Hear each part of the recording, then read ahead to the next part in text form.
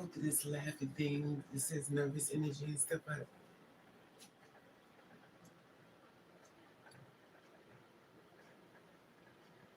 I don't know. So I went to sleep, which is not last night, but today, and I'm going through it, as you could tell. So I was thinking, if you die, all these people you helped along the line, you're gonna die alone. You get it. So everything you're trying to do for people, your baby being murdered and stuff, and the woman who murdered them, and then your mother signed on that the fact that someone killed your kid, she signed on with the killer. These things like really crazy because the place with my head always said before, the devil knows exactly what's bothering you or hurting you and stuff. And the thing is, how could you be my mother and sign on with the person who killed my kid and help her out along the way? The betrayal has been very important in my life. Unfortunately, I don't like it, but it doesn't matter whether I like it or not. It is what it is. And then obviously the seduction, or should I say this, um, I question everything. The intro as far as the blonde hair, why is it, this is blonde hair, and what's thinking, and I'm always thinking, trying to figure out what the hell is wrong with me now. And the thing is, like, how did you get there? And trying to figure it out. Obviously, I've dealt with a lot of trauma in my life and no support. And people I tend to cling to is people that's really fucked up in life. And so I went to sleep and I had a lot on my mind. Obviously, I do have a lot on my mind, but I'm always thinking, not good thing about it, but and I was thinking, you could die in this room, you could die in this house, nobody's gonna know. So I could be dead in here, nobody's gonna know. You're gonna have to find my body smelling inside this apartment in order to know I'm dead. I'm the one to check up on me. If I die, I'm going. But it's like, I don't think about some random stuff. You said, well, bitch, all this stuff that I accumulated or made my life, it's not funny. They're gonna come and grab it. This is mine. I want this. I want.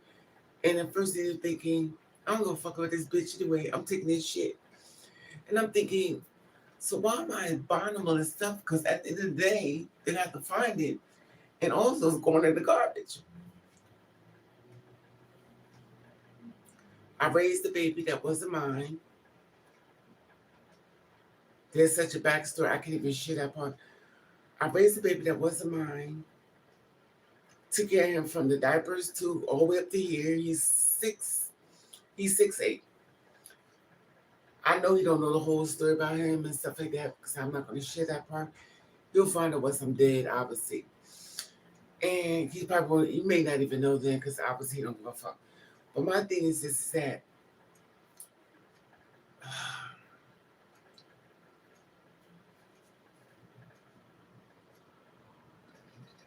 there's so much on my mind, but I'm trying not to say too much because I know my actions have repercussions of it.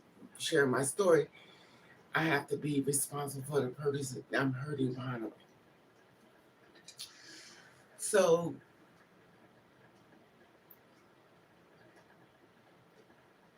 it just hit me. When you die, nobody's going to care. So the fact that you cared enough about them, Easter clothes, Easter suit, shoes, pictures, everything, they don't give a fuck. They're not checking up on you. They don't care about you. It's a realistic thing that you do everything out of kindness of your heart. But when a person gets older, they don't even care. So you just move forward. And I'm thinking of all the people I helped along the way. They're not around me. I sacrificed so much for them to have a better life. Here I am here in the gutter. And it's like, so you cared enough about them, but here it is, you at the bottom of the pit. They don't give a fuck about you. It's realistic because sometimes you have to look at it. So you may not want to look at it, but it's happening. So I don't know. My thing is this: try to be happy the best way you can. Don't try to take care of everybody. Don't try to look out for everybody because at the end of the day, they don't give a fuck about you. They don't. They don't give a fuck about you. You can be halfway dead in the fucking ground. They don't give a fuck. They don't check up on me. I've raised children always from the diapers going to the high school visits, stuff like that. They don't check up on you. They don't care about you. But then the person who killed your baby don't give a fuck about you. And it's like, your own mother don't give a fuck about you. And you're like, why do I care so much? Why do I care so much about people when the return is crazy? And I'm not the only one, but I think I'm in my moment or I'm in my mood. Because sometimes realization, I don't like attention. Obviously, I don't like it. But I get it. And then, you know, I just feel like, I keep saying the curses are bigger than the blessings. Now, when I say that, that means that it seems like I've been cursed more than blessed. Then I prayed to God, I was like, please, Lord, don't take my mother. Please don't take my mother, because you take my mother, she's going to come after me. And sure enough, here she comes. And the thing is, like, I watched so many people suffer. I had a stroke, I had 2 strokes. I watch these whole videos now all over Facebook. People sharing their stories that the strokes are so different, that they paralyzed or mentally paralyzed. Sometimes their legs and everything, sometimes they just die. And it's weird because I've been saying this for the longest, but it seems like it get more play now as far as it happening. Everything's about sex. And the thing is, sex could be a wonderful thing, but it always can be used as a weapon. So when they do what they want to do with you, obviously, they're going to throw you away. It's like nothing matters. Like you can't make this shit up. Anyway. I need me a glass of wine.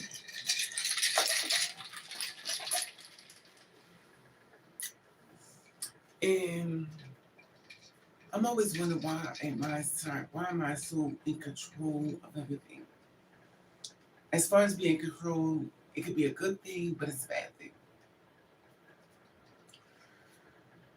So the reason why I lost my job is because one day I had that thing that I get enough. So I'm like, if you put your hands on me, I'm going in. Which is not a smart way to think. I should have thought another way.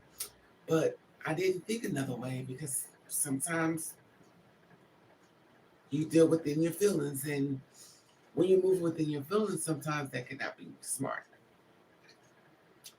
But I find it amazing. I guess I'm in my feelings, so forgive me.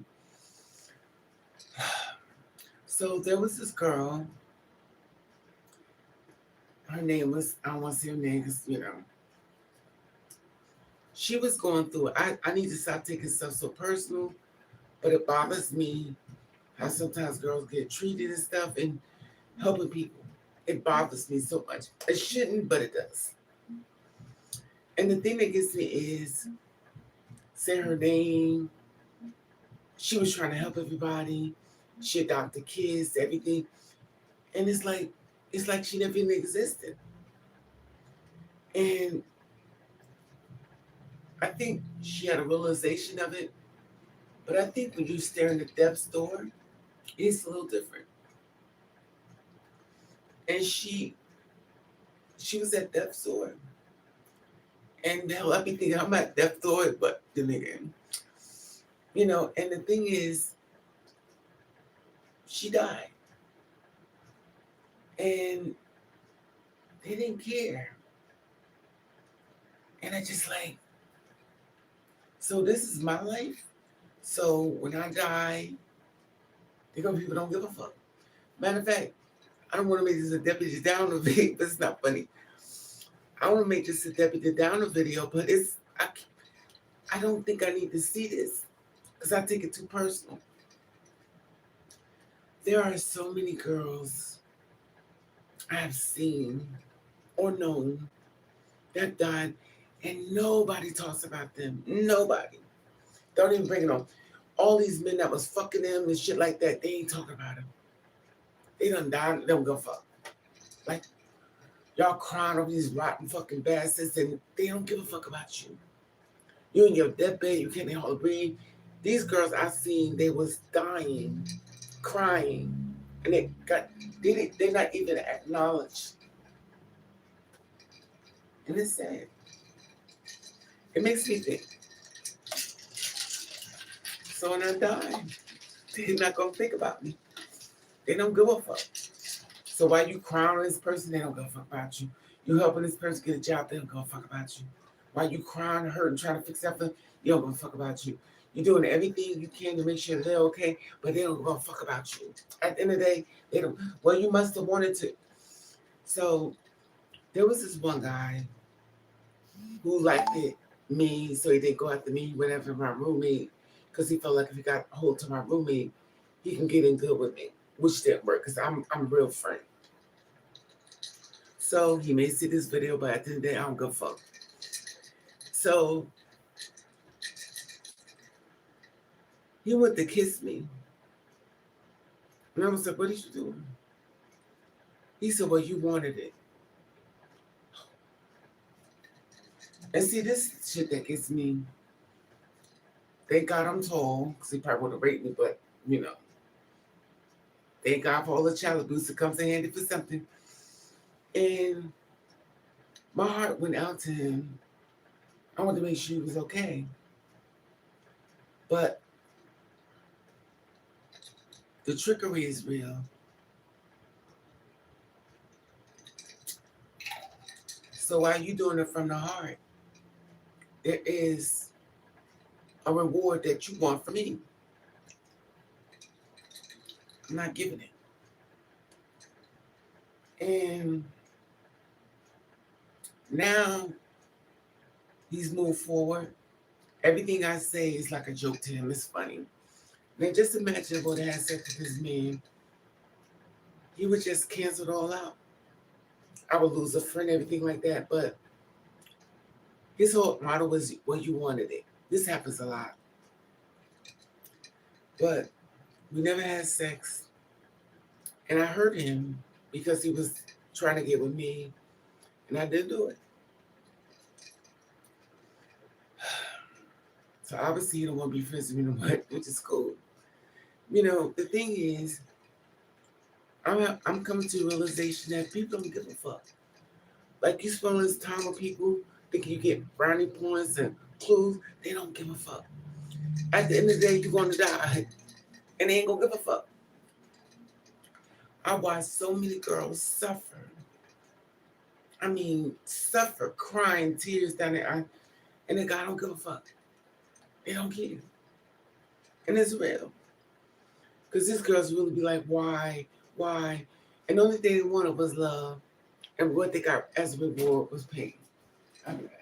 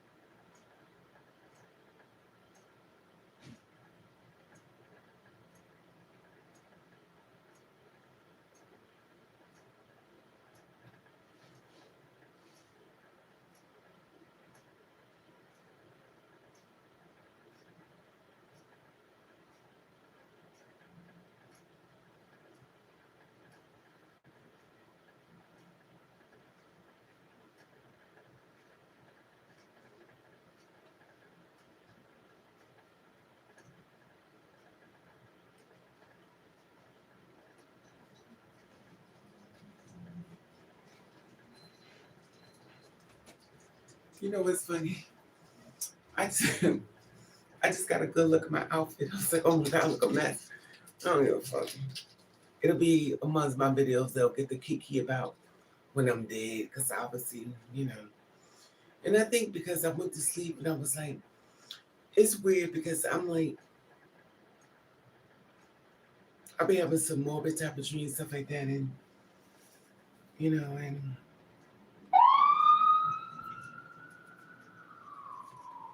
I'm like, when you die, they're gonna take your shit that you spent your money for, they're gonna throw it in the garbage. It's not funny. It's going in the garbage. Everything going in the garbage. So you celebrating this stuff you so happy about, it's going in the garbage. So while you trying to save up for this, save up for that, it's going in the garbage. So while you feel me good about it, they don't give a fuck. It's going in the garbage. And then it's not funny, but you going in the garbage too.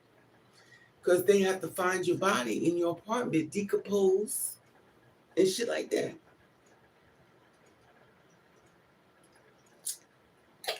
So suppose everybody in your family, not everybody, is dead.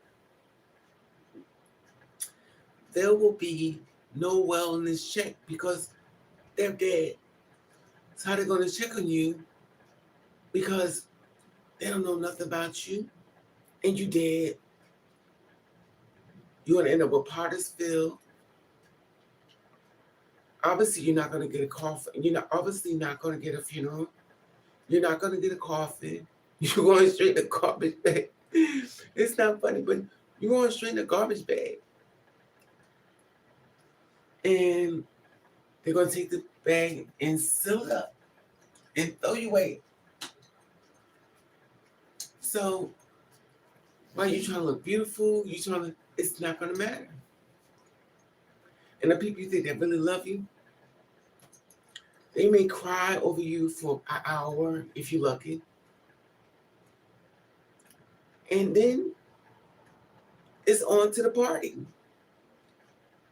You know, and it's weird because so many people just want to be happy.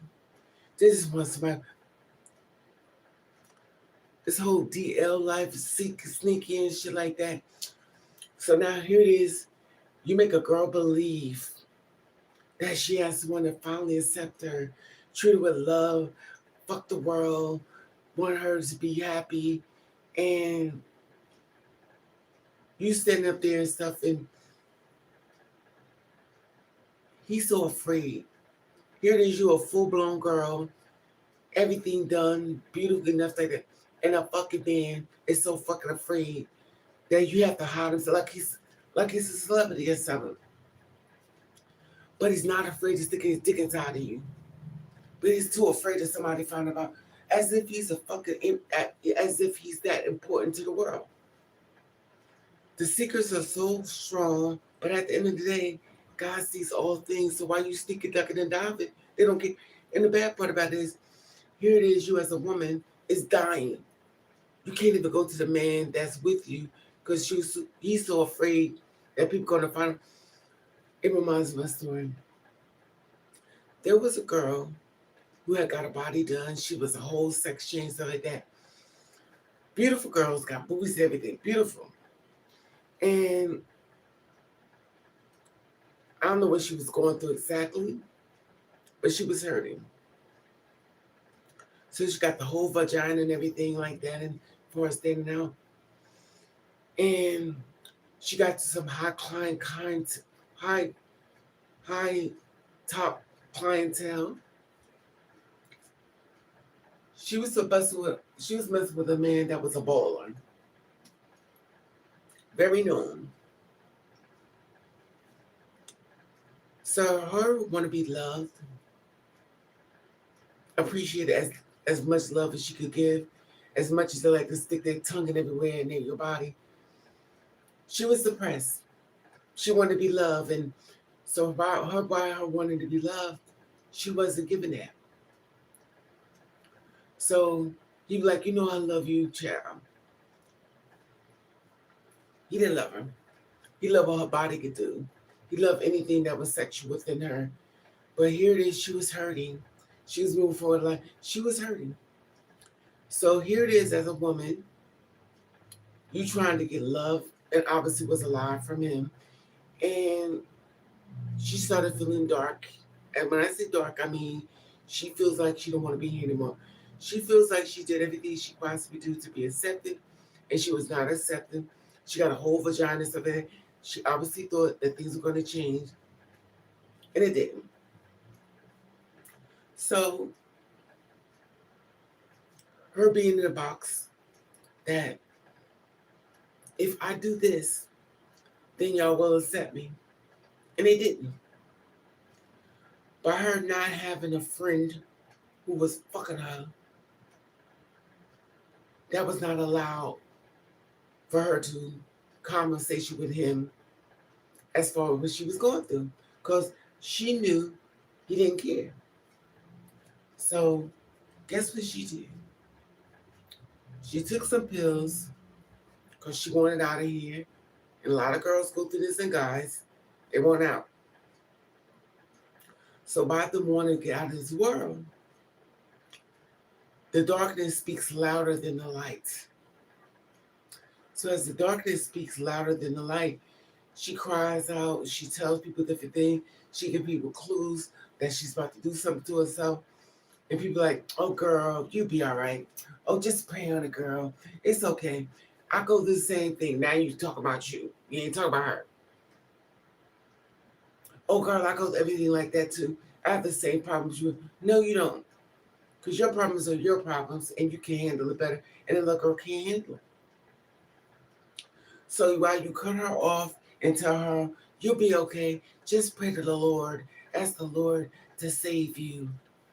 That's not helping. She's hurting.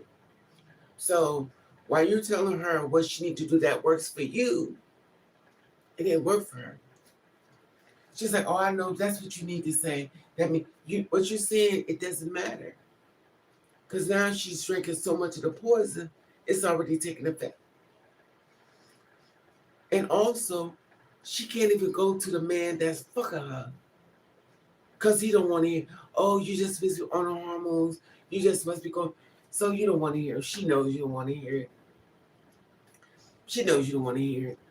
You just want to keep your dick inside of her. Don't give a fuck about her spirit or soul. And she's basically dying right in front of your eyes. But you don't care. Oh, you'll be okay. You'll be all right. You'll be all right. You know what? I go through the same things. I get depressed. The story is not about you. The girl is about to do something to herself, but you don't hear that. You're so busy telling her that you go through it as well. You cancel everything she's saying out the door, and you're basically saying she's going to be okay. And she's being healed? Absolutely not. So you don't think she don't hear what you're saying without saying it? So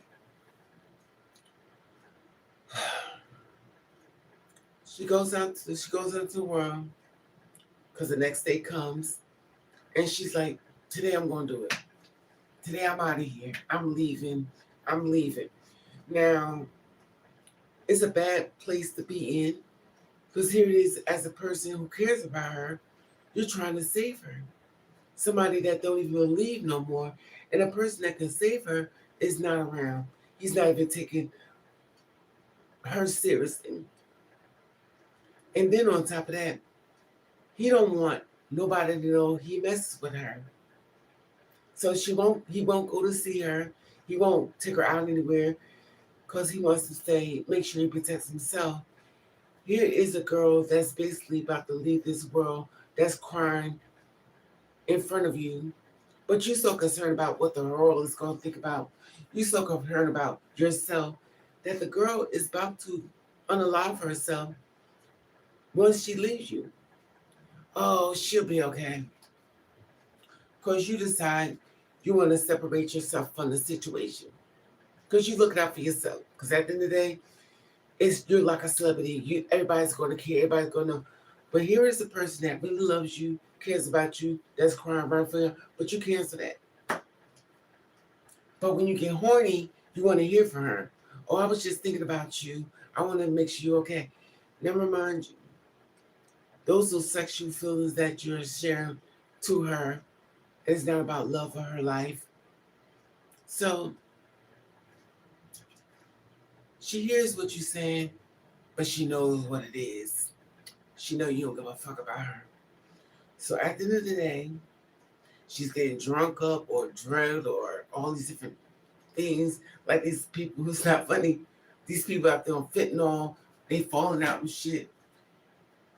You don't think they've been hurting? You don't think something is not right with that? It's not funny. But they hurting. And it's fucked up. I know I've never seen these don't pay no more. I've never seen, because I just cannot believe what I see. I know I'm oversharing and stuff like that. I just don't get it.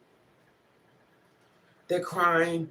Could you cash at me a couple of dollars? Oh, okay. They're gonna cash up, but then cash you shit. you wait for your cash up, then oh well, you'll be okay. You'll be all right. So she's coming to you because she loves you, because she believed that you really loved her. But obviously, she just said, I love how, you do sex with me because that's what I want. So she goes to a room and she unalives herself. And I'm going to tell you something.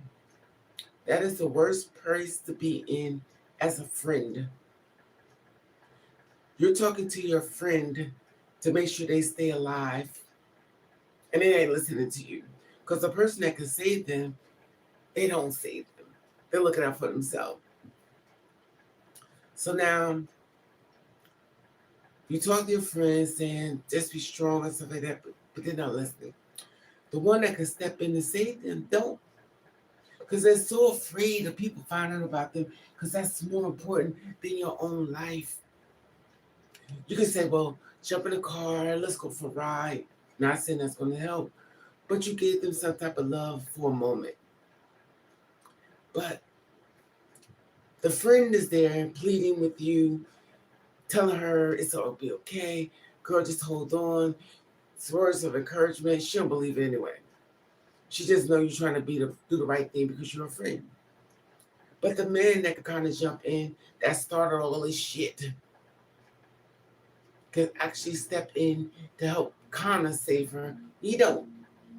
He's making sure people don't find out about his experience as far as with you.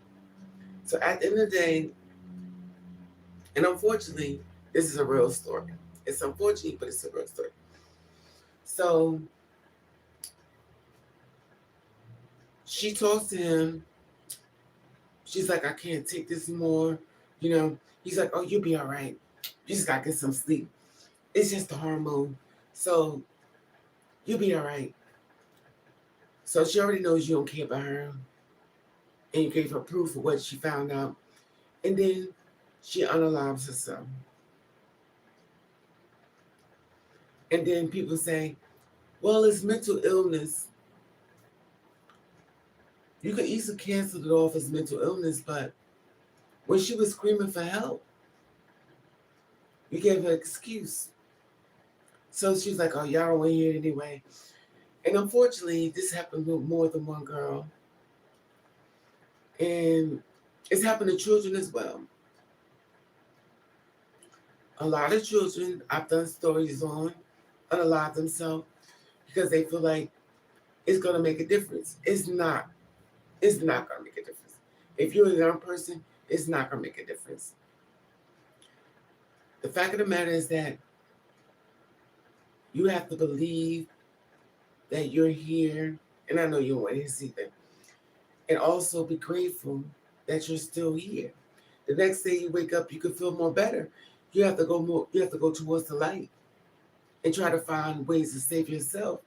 You be grateful in the end that you stay among the living. I'm assuming. I mean, I fall down a lot. I can't tell somebody's pain. I can't predict the situation because everybody's pain is different. And so after She unalived herself. This is two different girls. So after she unalived herself, her friend that kept loving her, telling her to be okay, she contacted men to ask for help, for money for the burial.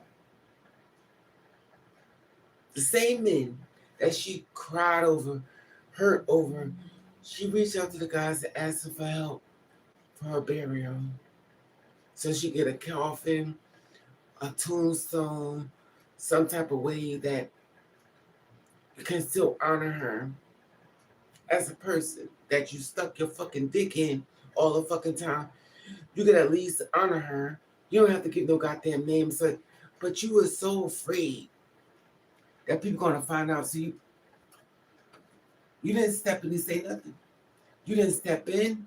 Matter of fact, you didn't give any money because you were so afraid that somebody's gonna read the card or read something that related her to you. So you let her be buried without any help. When you could have took care of the whole funeral, but you wasn't gonna have your hands wiped. The same girl that cried over you, the same girl that wanted you in life, she just wanted love. You don't want no parts. You had no problem sticking your tongue out her body, your tongue down her throat. So here it is.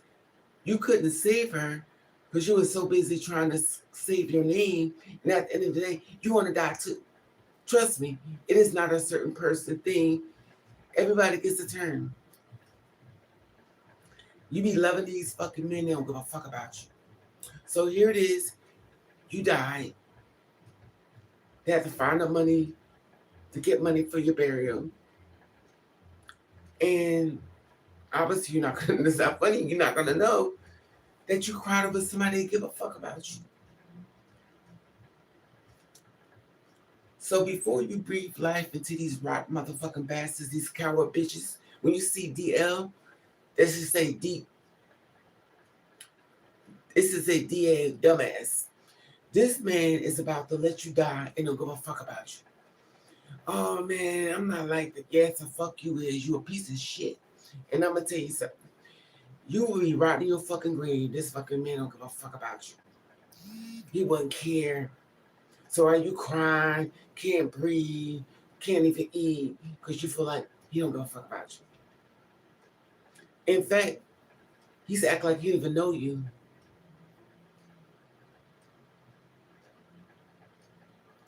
And it's fucked up. You care about somebody that don't give a fuck about you. And the men, if you watch this, some of y'all are piece of shit. You're rotten as hell. And the fucked up part about it is, I don't really say, expose me because that's not my thing. My thing is if you can't go all the way, if you can't go all the way to 10, why don't you just leave them the fuck alone? Because you're killing them. You're killing them. And there's so much shit you go through to be happy, just to be unhappy. And then the thing is, like, you won't help them. You won't help them when they're alive and stuff like that. And the fucked up part about it, even more so, here it is, you're dead. They done moved on. They found another girl, they fucking. They moved on. They doing other things with them. And they even think about you. You know, it took your life for a rotten bastard. And here it is. You're gone.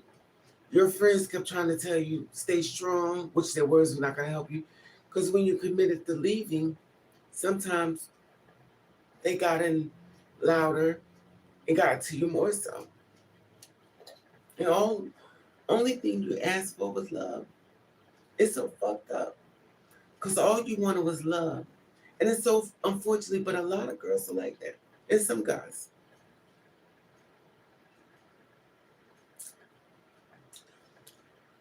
You went through this whole transformation within your body, within your soul, within your spirit. And now you're not even here. There's so many girls that are not. And the fucked up part about it, a lot of the girls' videos are still on YouTube. And they're not even here no more.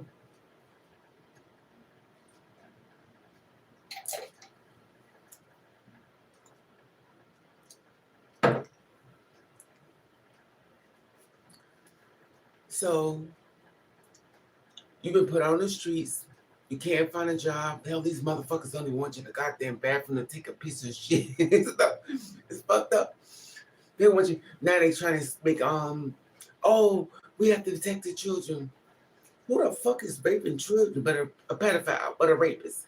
So how the fuck you get from one angle to the, you just want to attack them the same way black people was attacked. Oh, them this and this and that's this, them ends this and that. Oh, the end people. And the thing is, you don't see the comparison. So here is a person who's different, trying to have a better life. You decide to take on society and take them down further. So now they can't find a job, they can't find a way to eat. They do the right thing as far as not, surviving, sex survival. Sometimes you have to have sex with people you only want to, but you're trying to survive in this world. Here it is, you're in the alleyways, get murdered and killed. They don't care. I've done so many stories of the girls being murdered. And the thing is, they couldn't, they wanted love. You didn't give them that. I think there was another girl that was just murdered. I think she was 20 years old. She was just murdered. And she's in Chicago. I think she was 20 years old. Oh, God, I can't remember her name. Her last name is Curtis. I think her name is, I'm not sure, but I'm not going to put your name. Her last name is Curtis, so if you want to Google it, she just got murdered. And the thing is, I'm not sure exactly, because I have to protect my energy as far as my stroke, and I can't deal with these stories because they're horrible. A young girl. Now she's going in the ground, but GoFundMe, give money, and for what?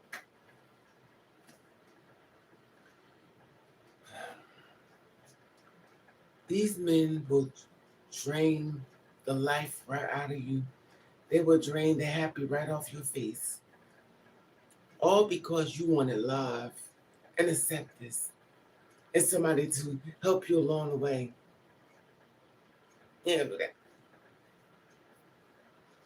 That's what I was thinking, At the end of the day, I'm going to die, obviously. And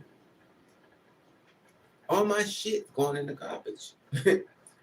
All my wigs, all my stuff going in the garbage. So why I'm crying if they don't give a fuck? Trust me, they don't give a fuck. Nothing matters. So all these girls got work done on their bodies, stuff like that. Accept this. Just accept me. Give me a chance. I'm a good person. They don't care.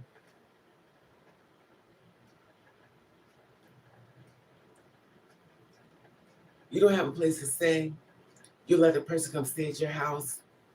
I'm not gonna make a book. I'm not gonna tell these stories. I got tons of stories. Definitely got tons of stories. And I also got the bodies on my page.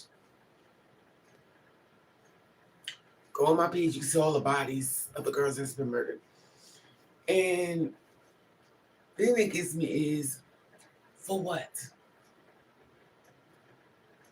For happiness. And for what? At what cost? Here it is as a person with me. It's not about me, but I'm going through it. Now, obviously, I'm struggling, obviously. And I could put up cash at me some money because obviously I'm going through it. But people are like, oh, girl, she'll be all right. So as you in the storm, there's so many people looking this way. So you could put a cash app up there saying, help me out. They're like, oh, you begging again. Because she's in a situation. She wouldn't be asking. She wasn't. She's asking for help.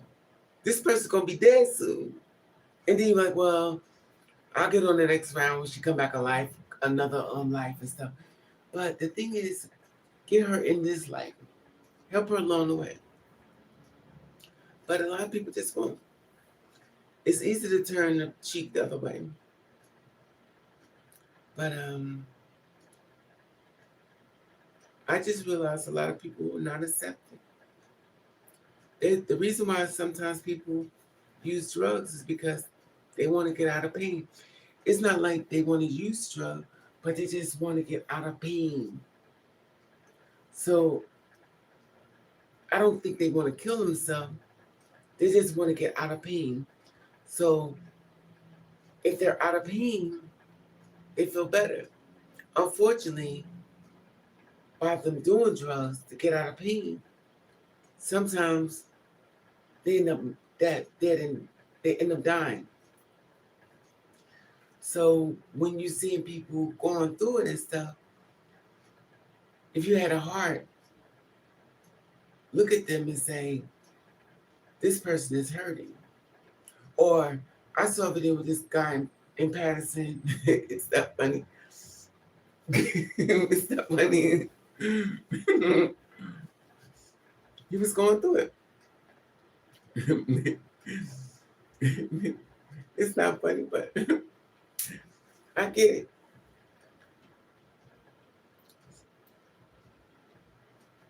As he's going through it, I don't even think he knows he's going through it. But I have nervous energy, so if you understand my laugh, because it's not funny, but I have nervous energy because it freaks me out. And he don't even know if he's dead or alive. And a lot of us are breathing, but we're dead. And the sad part about it is, so many people don't care. They don't.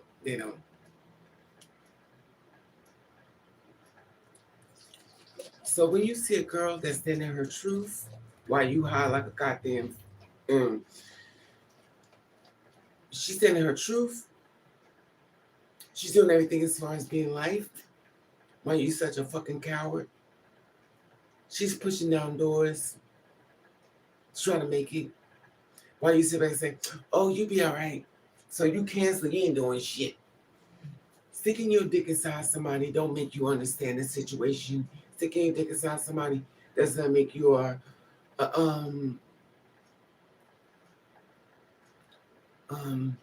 does not make you a ally. But it's sad. You have to go through hell, in hell, be put on the street, family disown you, people that your friends disown you. You get so much weight dropped on you. That's dark. And so many people don't care. So when you can't eat, sometimes you got to do things for some change. But nobody cares. I'm not going to say nobody, but a lot of people don't care. They don't care. So while you're hurting, they hate it for you. But they'll stick their dick in your, whatever. But the thing is, just because you fuck them, don't mean you understand them.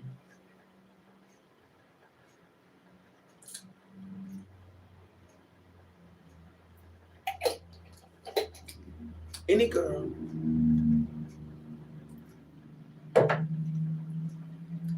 girl that says her truth, trust me, she's catching some type of hell. She may not share it. She may not celebrate it. She may not say anything because she wants you to say, "Oh, you must." Oh, she may feel like I'm begging. I don't have it. So they got pride. Pride don't do shit for you in life. Make you just have pride and suffer. Sometimes you have to let people know what you're going through. And unfortunately, there gonna be a lot of people that don't care. Anyway, let me back to my story. So the girl unalived herself. She died and stuff like that. The guys realized she unalived herself. They were so afraid of being tagged in the picture. And trust me, the girl I speak of, their pictures and stuff are still online. These girls were so beautiful. Beauty attracts the men, but it don't attract your soul. So you have to be strong-willed. And I feel sad for the friends who try to say everything to save their friend, because they're going through it. God bless you, Anna. for what you're trying to do with Nova. Sorry to call you out. But the thing is, these girls are hurting too. They don't want their friends unalive. They want their friends to be here. It's unfair because it's not celebrated. They should be celebrated, but they're not. I've tried to talk to. I shouldn't call people out, but I don't want to call nobody out. But they be hurting. Their friends be hurting, and I'm a person that I know I've hurt my friends because I understood it. But the thing is that you're hurting. You really not know what you're doing to your friends because you're hurting, and it's sad. But I was like, I already know they're gonna fuck about me. And the thing is, my resume is so crazy, but my outcome is crazy too. Now I'm not gonna say everybody because it's not everybody, but it's a difficult thing to keep in mind that you too is gonna die one day. Nobody's here forever. You ever see how celebrities that they're young and beautiful and they left the world and they did. They think about you for a few seconds, if not, or if you're lucky, that's it. Then you have to fight. You have to fight to get this. You have to fight for that. You have to fight for payments. You have to fight, fight, fight, and you tired of fighting. Like you tired of fighting. You don't fought your whole life, and you just want to be peaceful and live your life the best we can. But it don't happen. It's unfortunately, but it is what it is. And if you're a girl that's on drugs, because that's the only way you could deal with the situation. Now I'll tell you this. I had a friend that was on drugs. I did not know she was on drugs. So by her being on drugs, she was hurting. But she kept it hidden so well that you didn't know that.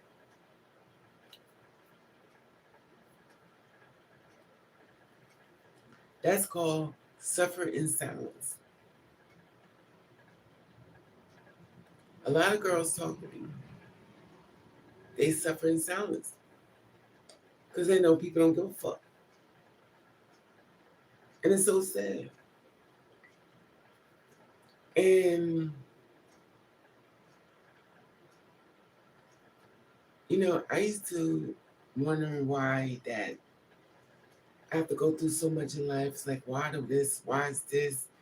But I learned that it made me stronger. I mean, I like the whole process, but it makes you stronger. This character, this character building. And whatever don't kill you will make you stronger. And it will. Now, my idol is Vanity, Denise Matthews. In case y'all know this, that's right. Pleased to meet you. Say one time, money. Denise Matthews, the Nasty Girl song. She was hurting. And once she realized her body was leaving her, letting her down,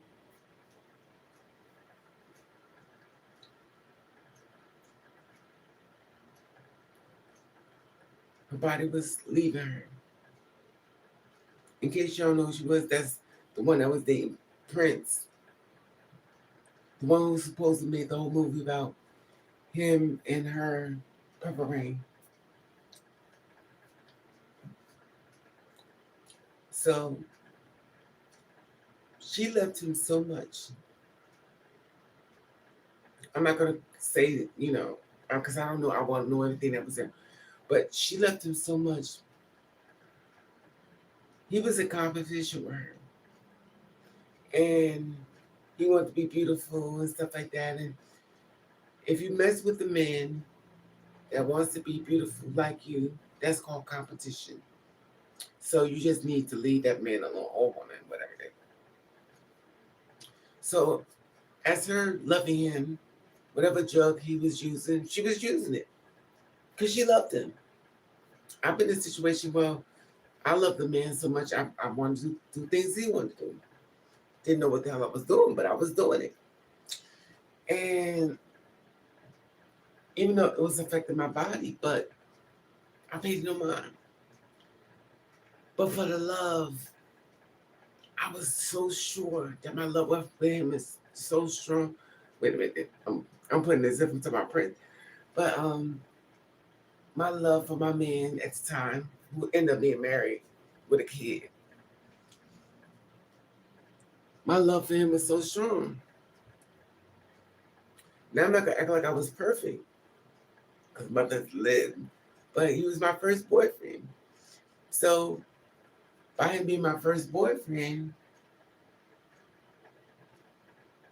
everything he did was perfect to me. I was so happy to finally have a man.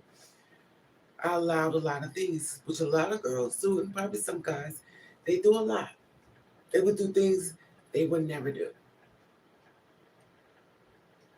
I'm not trying to tell people business. It's just I know so much information. Y'all just don't know the weight of people's lives that I have in my head that I talk to people. It weighs heavily on me. Sometimes I think I need to tell a story before I leave this world so people know. But they're trying not to tell the story, and they're just letting the whole world just.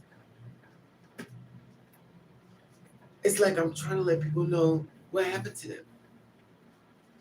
And sometimes I don't know.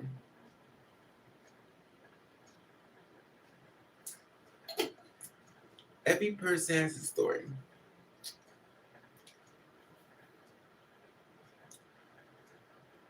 So there was a guy who was gay. He was young, a young gay person. I guess you could say a gay teen. I don't know, young, just talking about the LGBTQ. So he's young. He goes out into the world, don't really understand the whole LGBTQ thing. Hell, I don't even understand. And by being young, that's called fresh meat. He introduced himself to this young guy. So he was like, "Oh, so are you gay?" He was like, "Yeah." So him being an older person,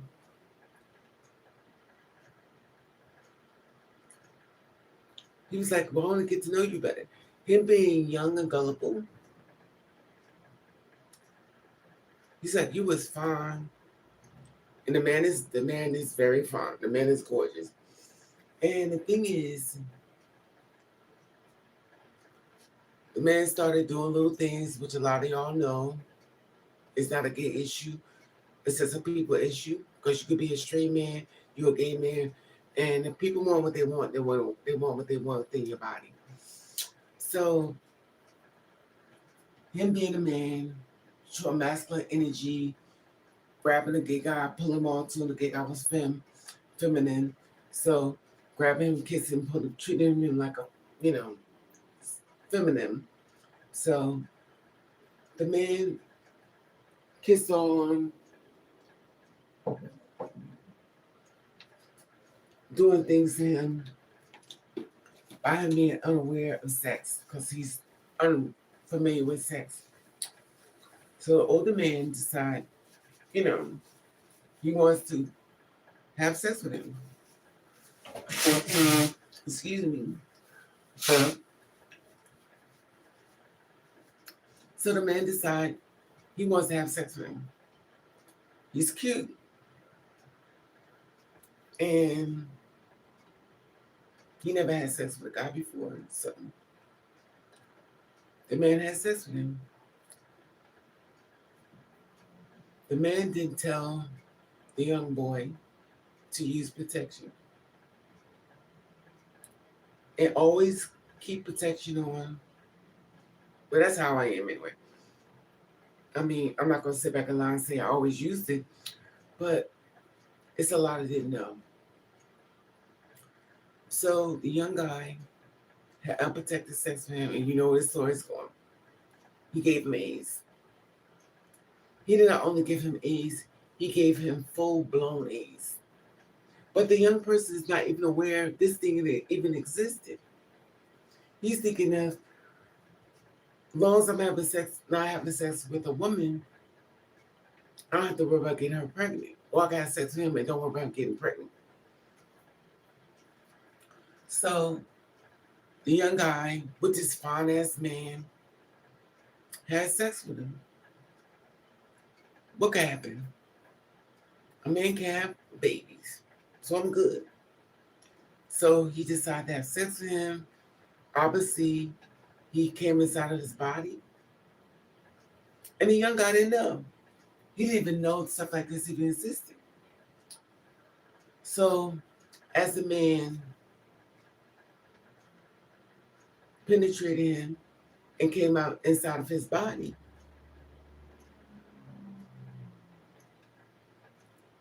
he basically gave him full-blown AIDS. Unaware. He's not even he's not even 20 years old yet. That's how low the number is. So the young guy don't know about this. He don't know about getting checked out. He don't know about nothing. So now he don't know that this man just gave him full-blown AIDS and then come back tomorrow for some more sex. So now he's filling up his body, backing his body up full of AIDS, packing up full of. He's not even aware of what just happened, what's going on. All he knows is the sexual experience is fascinating and great and wonderful. So while this man is sitting up here killing his body,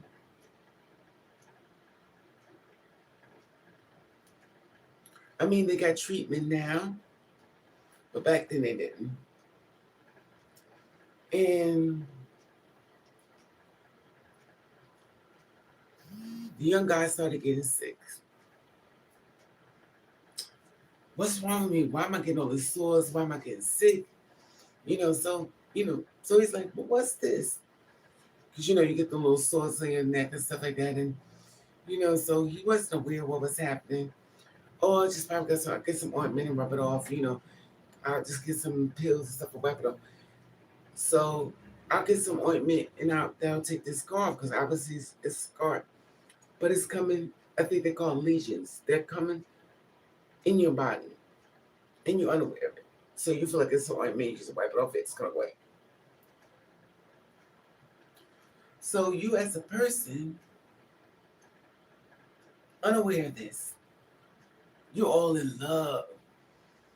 This man is grabbing you, kissing you on your neck, making you feel good. But he's about to make you feel really bad. So then the young guy go get tested because he's sick. So, and the older guy didn't even know he was sick. So he's just a spreader. We call them the gift givers. That means they walk around with it and don't even know they have it. But it goes to his bloodstream and stuff like that. And next thing you know, the young guy went to the clinic to get checked out because the lesions were coming in his face. His beautiful skin. Everything was different. He was getting so sick. So he went to the hospital, not the hospital, he went to the clinic. I think, because at that point back then, if they found you had any disease like that, they didn't want you in the hospital. They didn't want you touching them. They didn't want you to eat off them. It was discriminated against, and also different things happen to your body because everybody's bloodstream is totally different. So after contacting his partner, let them know something's wrong, he was like, you have full-blown AIDS. He's like, I don't even know what that is. He didn't know what that means. So here it is.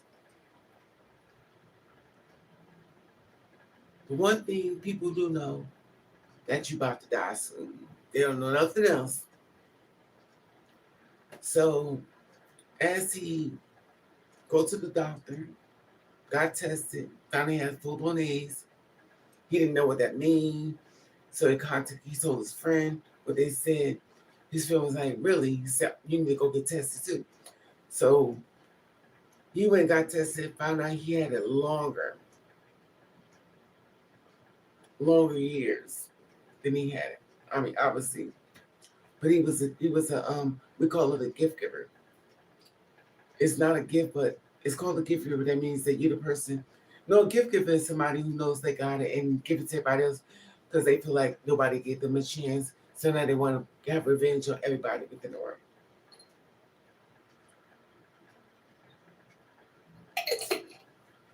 Which takes me to another story. I don't want to tell everybody this business, but I'm just sharing with y'all. So this other guy, I'm not gonna give out the name so y'all see. I'm not gonna tell nobody your name. So there was another guy that was living foul, had a boyfriend and everything. He was cheating on her. Now we know people cheat. It's not like a mindset. We know people cheat. Men, women, it's not discrimination. But people get revenge on people that had nothing to do with it. Women, men, they want to make people pay. That had nothing to do with your actions. But they make you pay. Because they were like, well, nobody to protect me. So, okay, let me stay on focus. Let me say one story on. Because the stories are so long, I have to try to make sure I mix them up. So this one guy used to cheat. He had a boyfriend and everything. And they seemed like they was all in love, you know, and he had a boyfriend that used to beat on him. And but this man is fine. This man is fine. I mean, he's like a magazine fine. He's like Jerry Mix fine. He's fine. And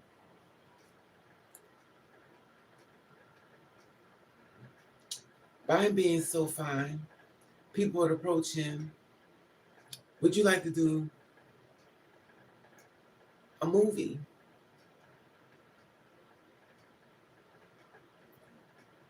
He's like, yeah, I want to do a movie. All you have to do is do a few scenes, what they call it, a few scenes, and you get paid. That's adult porn. So his boyfriend don't know he's doing porn. Oh God, I hope you. I'm trying to. I'm trying to tell you this like sneaky, but his boyfriend didn't know he was doing porn. So now he decided to get into the adult industry. That means, in case you don't know what that means porn. So you make this amount of money and starts doing porn, get a video of you, stuff like that. You know, porn is usually raw sex. So he's doing porn and stuff, and they supposed to get tested before every scene. Obviously, they're not 100%. So the one guy just did a scene. They call it work with. Had a scene with this person. Had a scene with this person. I work with this person. I really don't know much about the porn industry. They just tell me of the different things that takes place. When I was working in New York, it was a guy. Look, let me stay focused. So he's doing porn. His boyfriend didn't know. His boyfriend unaware. Obviously, he's gonna give his boyfriend that because his boyfriend don't like to use protection or rubbers or condoms and stuff. And why should he have to? Because he's have a person that he decided to be with and he trusts him. I mean, for me, I would do, but And he had did a scene with a man that was positive. So by this man being positive, and it happens a lot more than you know, so he had HIV, which is treatable. Now, as of 2026, things a lot more differently. There's things you could use and stuff. Have this whole thing prep and stuff like that. And I don't trust it, but it is what it is. And he got HIV. And so you would say, if he got HIV, he'd be like, you'd be like, Raven, why don't you stop doing porn? And, let his partner know, because obviously he's cheating, but he didn't let him know. So obviously the same pattern. He started getting little lesions, stuff like that, got sick and stuff, throwing up, couldn't hold nothing down, going through it. So it went to the doctor, the porn doctor, I don't know porn, but it went to the doctor, and stuff like that. And that's how he found he has AIDS. And the reason why he found out, because he was going to jail and stuff, but he was going to jail. And they tested him going to prison, but they don't test you coming out. So him having it, don't know he has it. He was like, well, in prison, why would they not test me going out? Because obviously there's a lot of sex going on in prison. That people try to act a certain way. You get a man, stuff like that. These girls will come on, oh, my husband is out, child. I'm not saying that, but it's a man. If he's in prison, he's fucking somebody. You may not know it. I'm not saying everybody do, but a lot of times the stories are really strong. They're not going to tell you the truth. And I'm not saying everybody has it because they don't, but so he told his boyfriend, his boyfriend broke up with him. And he broke up with his boyfriend. So he lost the man he loved. Does he feel bad for cheating on him? Absolutely not. He don't give a fuck. However, he decided to become a person that was the gift giver. Now you be like, Raven, what is the gift giver? That means that somebody gave you AIDS. You're going to give to everybody else. You're going to make everybody pay for your actions. So he decided he's going to give it to everybody. Every down low man, he's going to give it to you. He don't give a fuck. He's going after you, let you know. He's not going to tell you. He's going to let you find out. So now, I have to make sure I watch my words correctly. And so I don't want y'all to do research because y'all connect the damn names and so he was messing with a guy, obviously. And the guy was DL too. Spanish.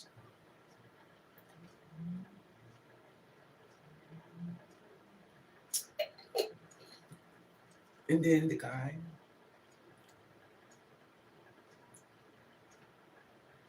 got AIDS.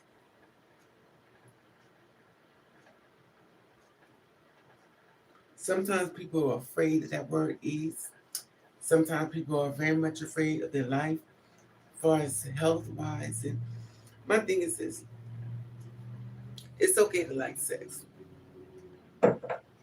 It's okay if you're into fucking horses or animals or cows or pigs. That's your thing.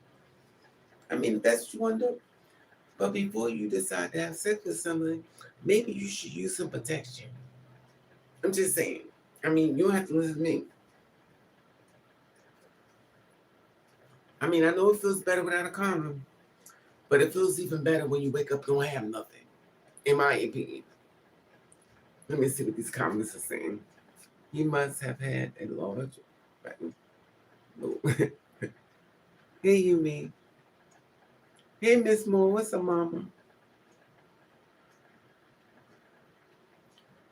Yeah. And how you been? So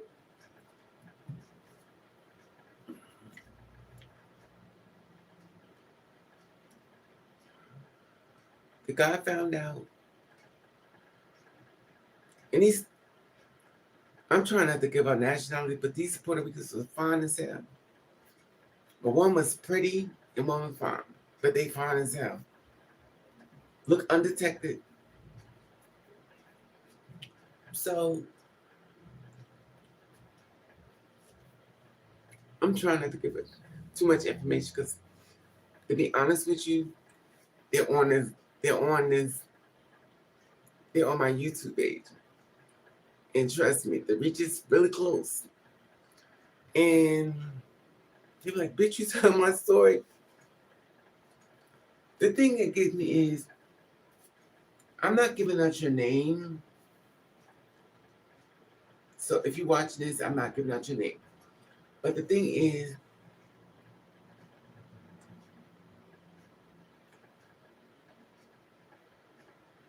I guess it was like a jump off or something and stuff, but so the guy got upset with the gift giver. And by him being upset, "I want to see you. I miss you, babe. I want to come see you." So he's like, "I want to see you." But this gift giver is scandalous as hell. So he went to see him. I guess they started doing the do, but didn't do the do this time because the man was upset with him, but he wanted to see him. So as he wanted to see him, the guy said, "Come on, sure, come on." See, I don't know if I should say, because this may be still an investigation. See, the thing is, I don't even know if they're dead now. I don't know that part, but so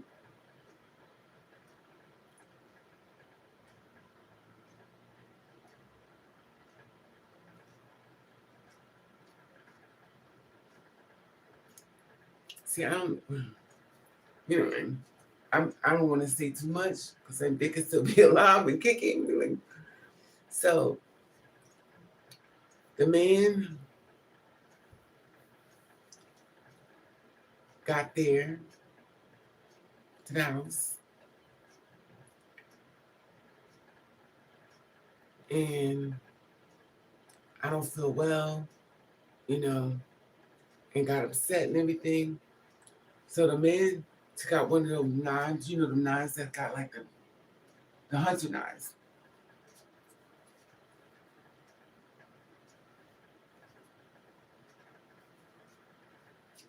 If you don't feel comfortable, you're right, you mean.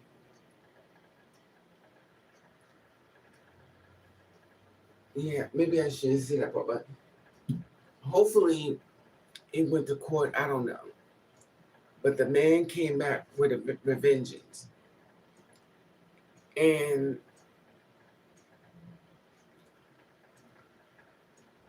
because there was a crime that was happening. See, and I don't even know I should say that because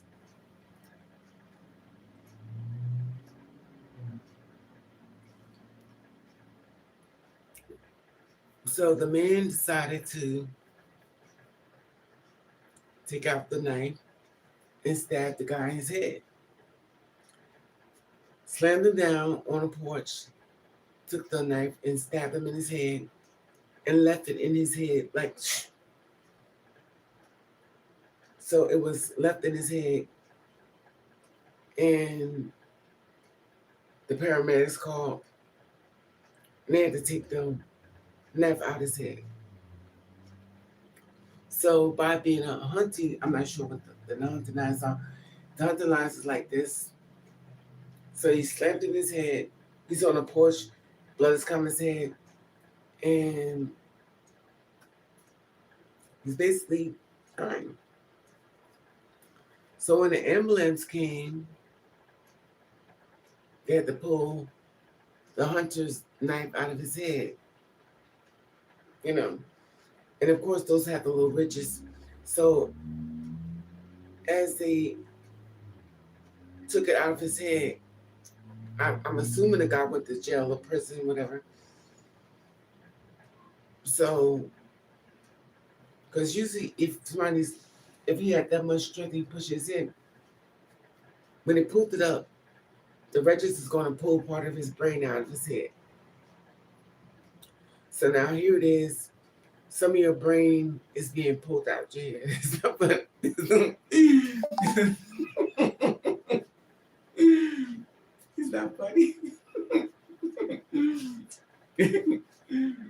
Oh my God. I hate these stories. I have such fucking nervous energy. It's not funny, but this shit is crazy. I think I'm low key going crazy because they took me to the hospital. When I was in the hospital, I was like, maybe I should be in the hospital because I think I'm going crazy. I think I'm already left. So we ran into each other again, and he told me this story. And on his head, you could do like this. You could push all the brain, like on his head. It's nothing there. It's just you could basically like almost like you could feel it's not funny. It's not funny. You could push down. He was like, push my head, baby. I was like, oh my God. And I want to say, why would you do that? Like, you knew better, but it's too late. It's too late for that. However,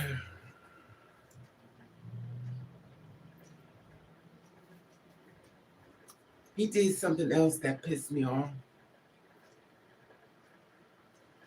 Because people with AIDS and stuff, there are people that like to say, listen, you know what you got, make sure you protect them. But there are people that don't. So now he met this other guy, a DL man, black guy. And this DL guy said, I don't want to use protection. He said, fine with me. I don't like using protection. So you don't like using protection, but you have full-blown AIDS. You just got stabbed up for the same thing. So the man didn't want to use protection. He went inside of him without protection. Now this is 2. And he's like, I just don't like him. I don't like the way he act. He think he's all that.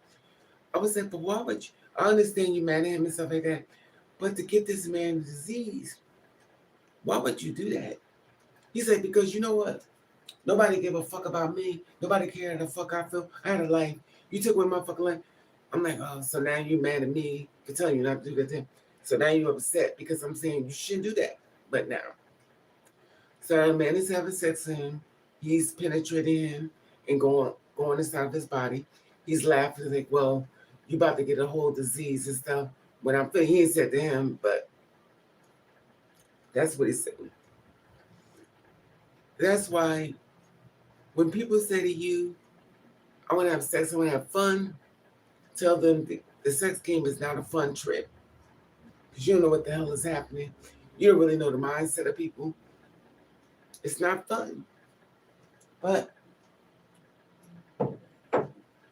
there are people that don't take it seriously.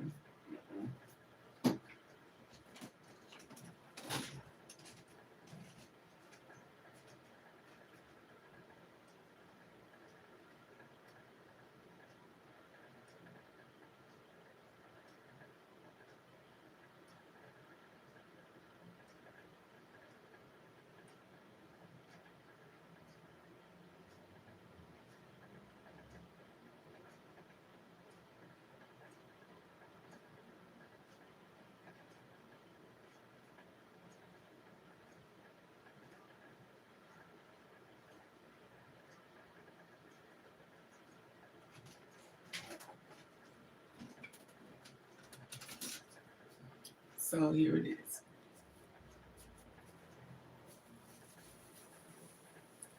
Excuse me. Excuse me. You know, so how could sex be fun and you sick and you know you sick, you're giving it to somebody? But his answer was, nobody gave a fuck about me. I had a life. I said, yeah, but they didn't give it to you. In other words, Raven, shut the fuck up. Who gives a fuck what you? You're not going through what I'm going through. Okay.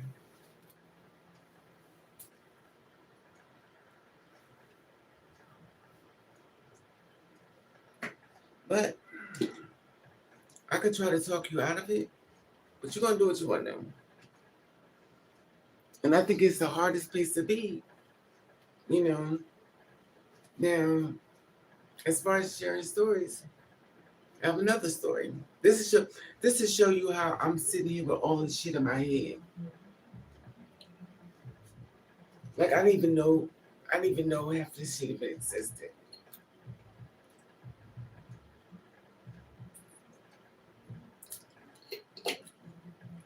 We know people cheat. Men cheat, women cheat, even though condoms not 100%, but it's better than nothing.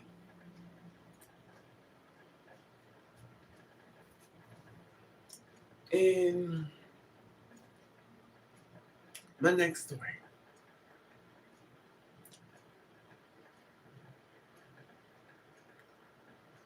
This other guy,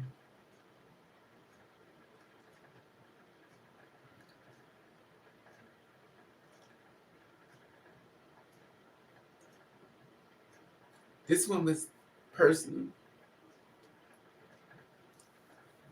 And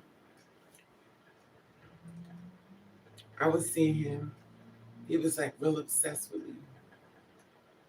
He had a wife. I met him inside of a club. If you know, you know. I didn't know he had a wife. Because why would you be in the club? You got a whole boy. You got kids in it. Why would, but you know, people do what they want to do at the end of the day. So here it is. I meet you in the club. I'm thinking you single. And you telling me you single. And something's differently was happening. So me unaware of the liars in the world, because I lived a very sheltered life. That means a lot was going on. I didn't know. Also didn't know black people smoke weed. I mean, also didn't know black people do cocaine. I thought they said eat fried chicken and smoke weed, but I never lived that life. My mother didn't allow me out the house. Cause she's like, you look loose. You like a whore. But and the thing is I didn't know. So I think I learned about people doing cocaine was when I was working in New York City. I learned a lot in New York. I learned a lot. So I used to work in a bar. When people used to come out the bar, I used to go, I used to wipe their nose. I said, oh wow, what is you doing? They said, Raven, leave me alone. I was like, you do that? They're like, Raven, leave me alone. I didn't know. I didn't know. It was a lot. And you know what's really weird? When I was working in New York, it was this one guy. He used to come in the bar. He used to get on my nerves. I could not stand this man. When I tell you, he would work my nerves. I was, what's that called? The bathroom attendant. But I can tell you one thing, that job was good to me. And he would come stand right by me on my shift, and he's get on my nerve. And it's weird because I could look right at him. And then the cops came in. They asked me, have I seen him before? I was like, yeah. They found him dead. And I was like, the first question you said, well, what happened? That's when I first learned that people kill people. I didn't know that. I thought people got in arguments, disagreements, stuff like that. Y'all fought. I didn't know you actually murdered them. I was not aware of that. So I'm like, and I always ask the question like, what did they do that was that bad? Like, what did they do for me that will make them that was that bad? I understand you don't get along with people, so you don't get along with somebody, just leave them alone. Obviously, it was more deeper than that. And it was a rude awakening to a lot of things. Let me stay because I'm flipping the page. So I met this one guy at a club, at a you-know-what club. And I thought, he was married. He didn't tell me. And then he decided that he wanted to be with me.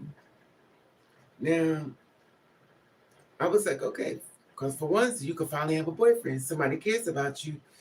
So you're grateful. So by you being grateful, you're honored. He made me feel special.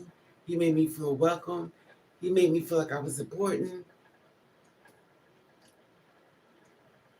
And he was very insecure about losing me. Who doesn't want a man to love you and make you important, make you first priority? So he made everything about me, and I was honored.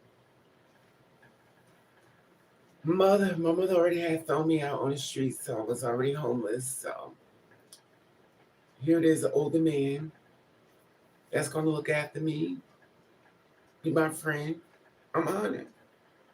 I'm already homeless, so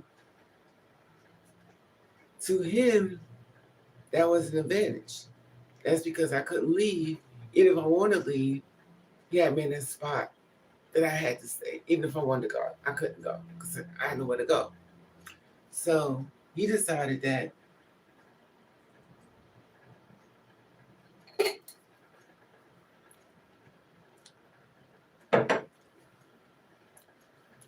he was going to beat me into submission. So this way, if I wanted to leave, it's kind of like, it's not, but it's kind of like I could tend to turn this. So if you want to leave, you know what you're going to get if you try to leave out of you. So you're going to beat me up. Okay. And it's the first time, was not the first time I said, but I'm going to tell you this. It's not a good thing to say, but thank God for child abuse. So when I say thank God for child abuse, for me, that means when you hit me, I hit back. And he was taller than me. He was stronger than me, but his thing was, you can't use the phone. You can't have people call you. He gave me all the rules I couldn't do. And who plays for rules? Like I'm at this time I'm like 20, 22 years old. You're not gonna keep the rules of me. As far as a person that's already been thrown out the house, like who makes rules on people? So this is another one of my age story. So we was in this house, stuff like that, and this man allowed us to get this apartment because this man had a crush on him. So the man made the rent real cheap for him. So had this 2-bedroom apartment, huge windows. In New York, it's called the Colonnades apartment or the Pavilion apartment. And everybody know, Google it. You can see it for yourself. It was floor to ceiling, all windows, stuff like that. So when we moved into that apartment, I was like at a dog, a cocker spaniel, and I was like, I said, "Do you feel something about this apartment?" He says, "No." Mm-mm, mm-mm. So one time, this is the part where y'all run, because this is the part you'll get scared. So run on chickens. So I'm laying him up. We had a 2-bedroom. I slept in the kids' room. And he stayed in the master bedroom, which is like huge. So I'm laying in bed sleeping. I'm watching, 'cause we slept in different beds. We didn't sleep the same bed. So no, he did sleep in my bed. I didn't sleep in his bed. So then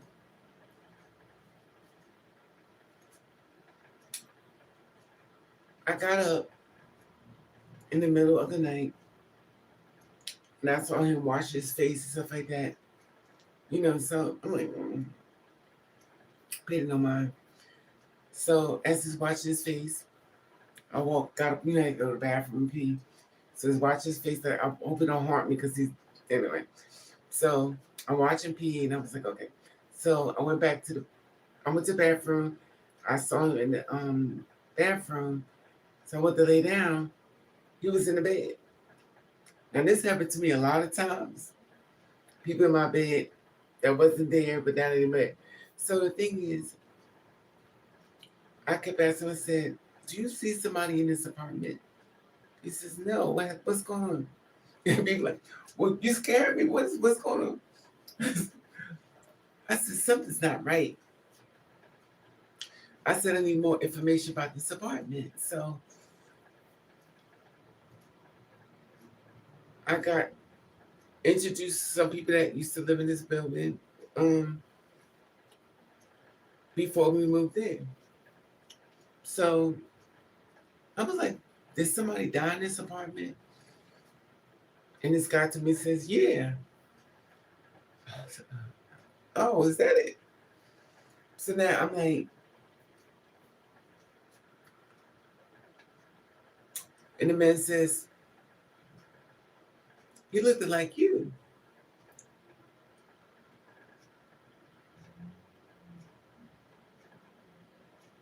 So I had a dog, and the dog would bark only in the room. The dog just started barking and everything, and I'm like, "Why is you barking inside the room?" And all I could think was, "This place is haunted."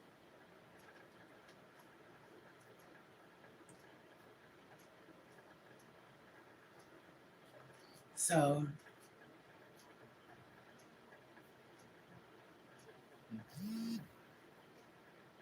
I don't know what happened to him mentally. He felt like he had to beat me. Like it's almost like an entity with his body, and that was the enemy. And this happened more than once. And he would try to beat on me and grabbing his back. So you don't beat on me. You just got one. So and it's weird because he would go to the gym and work out all day, and then when I got home, that's when he got his strength up and stuff. It's trying to beat me, and I was like, oh my god. And the thing is, you ever see how the girls they'll say, well, he buys me gifts and stuff. He would buy me gifts and he would buy me everything. As far as a person that ever got that type of treatment, you stay longer. And so anyway, he was tall, he was big and stuff, and but the weird thing with him, he was a masculine man. But the weird thing with me, he would take his nails and dig in my skin. He wouldn't punch me. Just as to punch him, he had what's it called, nuggies in his head. But he would never punch me. He would just shh, shh, shh. When I was finished fighting him, my face, when I went to work, they was like, "Well, damn, what girl you fought?" I said it was a guy. They said a guy, a guy. I was like, let it go. But he would never punch me in the face. He would take his nails. I mean, my face would be scratched up. We would fight. He would, and the thing is, his thing was, you're gonna respect me when I say do certain things. You're gonna do it. You're gonna do the things I say do. So that didn't go well, and he tried to do that to me. And the reason why I wasn't with him now, because my friend told me, says, Raven, you better leave him alone. He said he's gonna kill you. He said you can't be friends. You have to let him go. He was obsessive. I wasn't allowed to have phone calls. I wasn't allowed to have a lot of things. He got friends, phone calls, everything like that. So I was only limited. You couldn't call my house because you had to go through him. Everything about my life was scripted. Like I couldn't live that way. He had to watch me. I was a whore. I didn't even know what the hell he's talking about. He's like, everything about me was bad. It's like I don't know. He just said this thing in his head that I was up to something. I was like, how am I up to something when I'm always here? But come to find out, he was cheating on me. It's funny how they put it on you. He was cheating on me all the time. I didn't even know that's what we're doing because his mannerism was so strong on me. I didn't think about him cheating on me. Not only was he cheating, they was having this threesome. I think they have this thing now as far as polygamy or whatever it's called, poly. That's new for me because that wasn't taking place back then. So I didn't know. But the guy he was doing it with, they would laugh behind my back because I didn't know it did. They thought it was funny, but I didn't know that he was doing it. Because how could you be so hard on me and make sure you're around me and then have two boyfriends? I couldn't even have friends. So it was weird. So after leaving his wife, he was like, I left my wife for you. No, no, no. I said, well, go back. He said, oh, that's what you do? You get me to leave my wife for you? I didn't get you to leave your wife for nobody. I didn't even know you was married and a kid, too. So it was my fault why he lost his wife, why his wife left him. All this, everything was my fault. Obviously, the men he was sleeping with were coming from. So I had to move out because we fought like cats and dogs. We broke up some of the most beautiful statues in the world. Cause I'd be like going in on him. He would, I'm nugging up his head. His face is nuggered up, and he's. And remind you, he was masculine. He wasn't no feminine guy. He was masculine, but he was just. When he finished marking my face up, I was like, oh, they got a good skin, but I was like, so.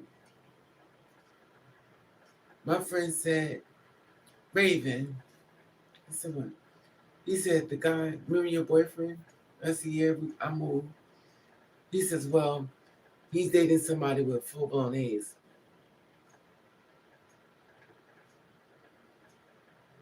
I was like, he says the guy that he's dating have AIDS.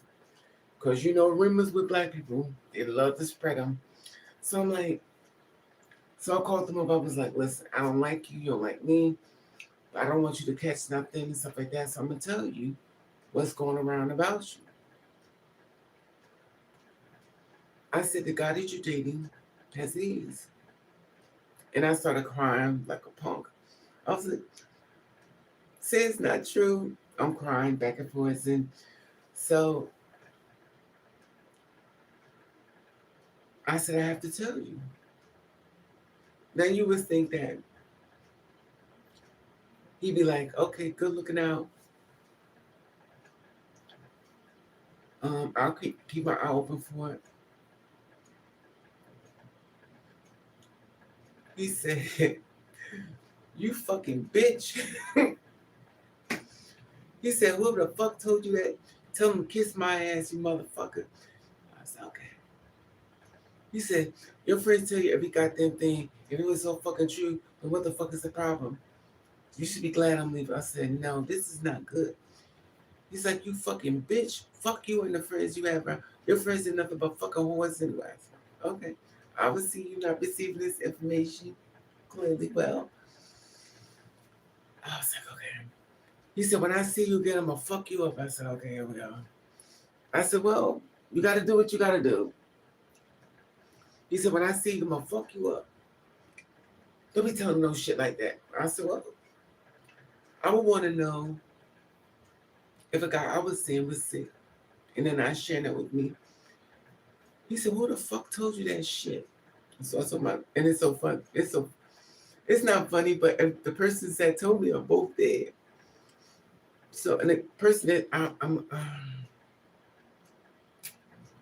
so I'm like, it's so funny. So I'm trying to keep people's names going. You're like, oh shit, wait a minute, now I'm ready. So I'm trying to make it like political without saying too much, hoping you don't Google things and catch on. So I'm trying to tell a story because obviously I'm going to die one day, and you're not going to get these stories for these people because they're already gone. So I'm sharing. And one was a designer, and one was a celebrity's uncle. So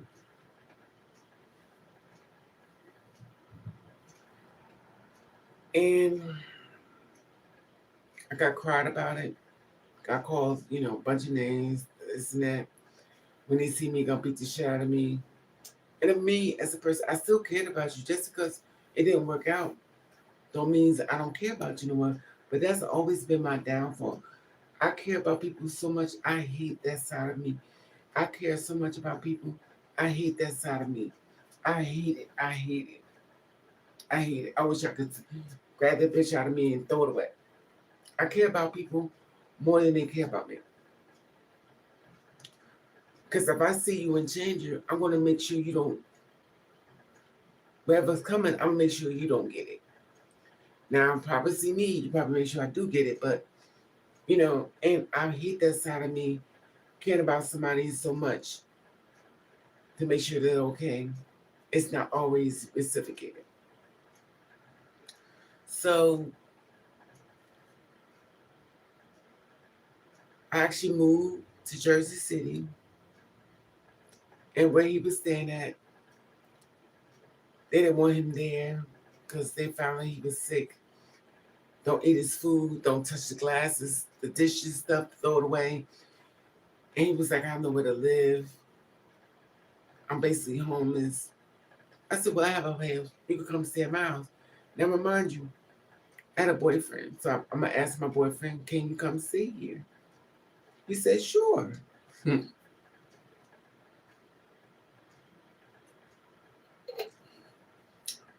So here it is. You've been put on the street. Asked my boyfriend, can you come stay here? My boyfriend was so nice. He was like, let him, come on, sure you can stay here. We got this whole house. I said, okay. Wait a minute. I'm skip one. I skipped. Not he wasn't there yet. I skipped all the story. So I was renting a house in Jersey City. Actually,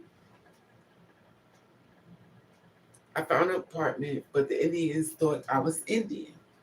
I go through this thing, I don't know why. People decide to make me a certain race.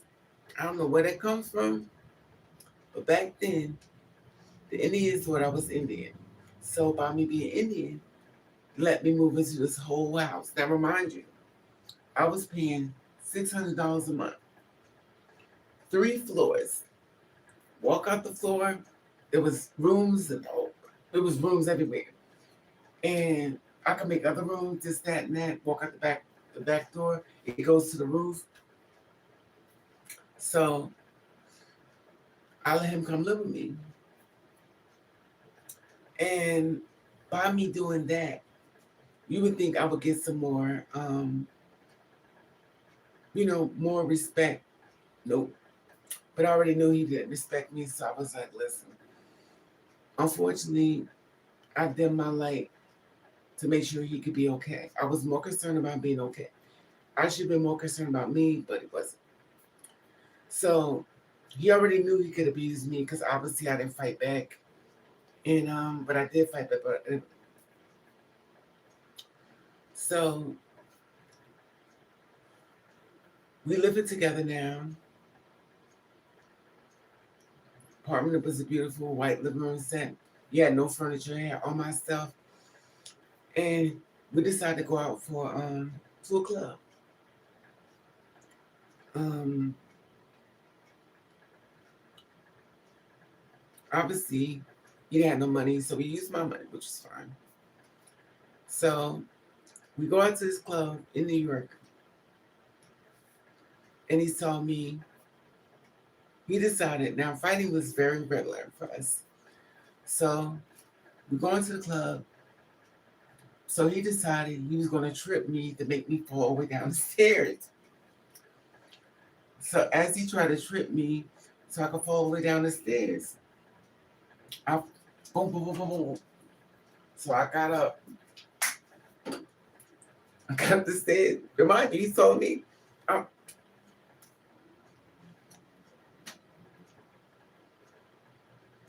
So we started fighting. And then that night, I knew I had to move out because I was going to kill him. He was going to be the first person I unalived. Then the rage in my body was on 10. Now, you would say, but Raven, did you leave him alone? Absolutely not. Absolutely not. I wanted to make sure he was okay. Now I know you're like, bitch, you're a dumb bitch. Now I know why you wear blonde. I just care about people and I can't turn it off. But, and you said, well, Raven, he's tripping down and says, but he's done so many things to me, it became like normal. Because you could have normalized abuse. Because my mother first started with abuse, and when you get used to abuse, you pay no mind. It's not a big deal. He fought me, broke up the furniture, stuff like that. Beautiful stuff, broke it up. But I paid no mind. And then he's sick, virus. He had nowhere to live. I paid no mind. So now I'm at somebody else's mother's live. So I had a good job. I had a good job, paying a lot of money. So I decided to rent a house. Now, obviously, I'm maybe skipping over love because the story's getting too long. And at that time, I had a boyfriend. My boyfriend looked like Tony Terry. He had light eyes. It's funny because I never talk about him. We was together for 10 years. I never talk about him. No, I don't. Mm-mm. He was one of the big mistakes. But anyway, so remember, I was brought up with abuse. Now, when you would say, you ain't gonna do that to me, like Tina Turner lady said, you only got one time to hit me, I'm out of here. I was not that person. You could beat on me, everything, I would stay. Because I want to make sure you was okay. And then that's probably why I'm still in this building. I should have been out of here. They even took me to court, but anyway, let me stay focused. So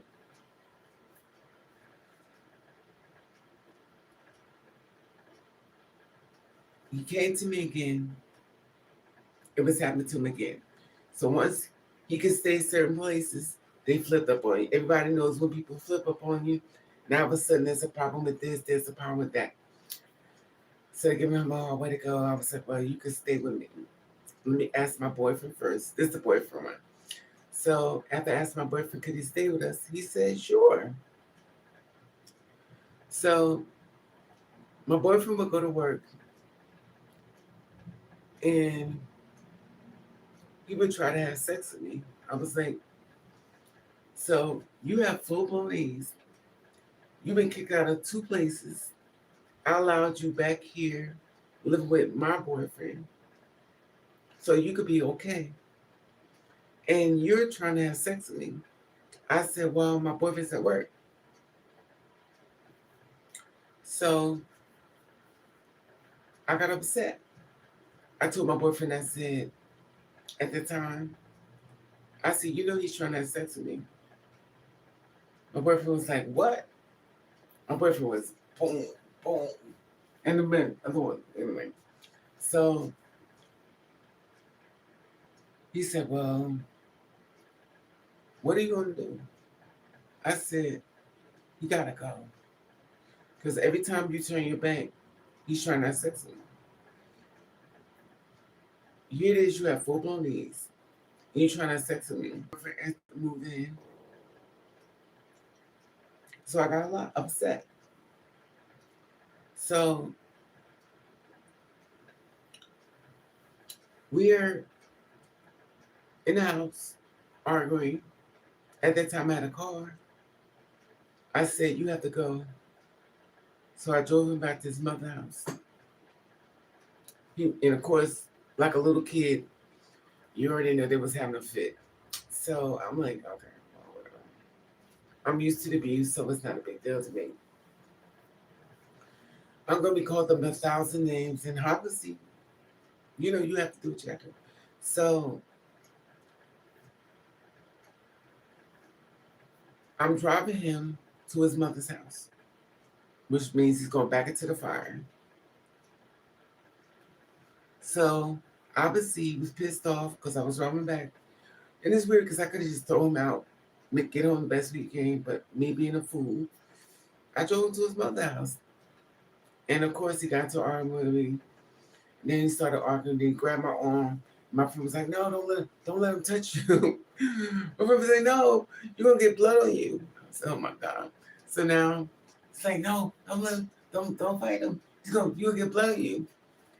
So I'm like, ah. So we didn't fight.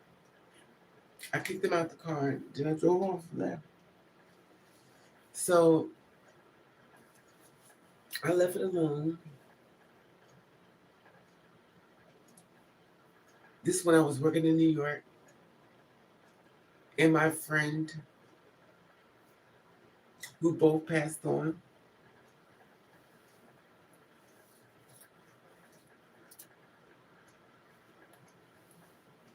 he was like, you know, your friend is dead, right? I said, who? And he told me. So then I ran into the other guy, who was the third person in the polygamy. I think that's what they call it, the poly. At that time, it wasn't called a poly, it was basically called cheating. So I'm unaware of everything happened. That's when I said, do you know he passed away? He's like, yeah. I'm always really weary when I hear people act like it's not a big deal. I had this woman tell me, everybody dies, so what's the big deal? So I'm like, it was weird to me. And so then he died. They buried him and stuff. I didn't know that. They buried him and stuff. And then I ran into the guy who was friends with him as well. They used to laugh at me and stuff because I didn't know that was happening, taking place. So obviously the conversation was, "You're so stupid because you don't know."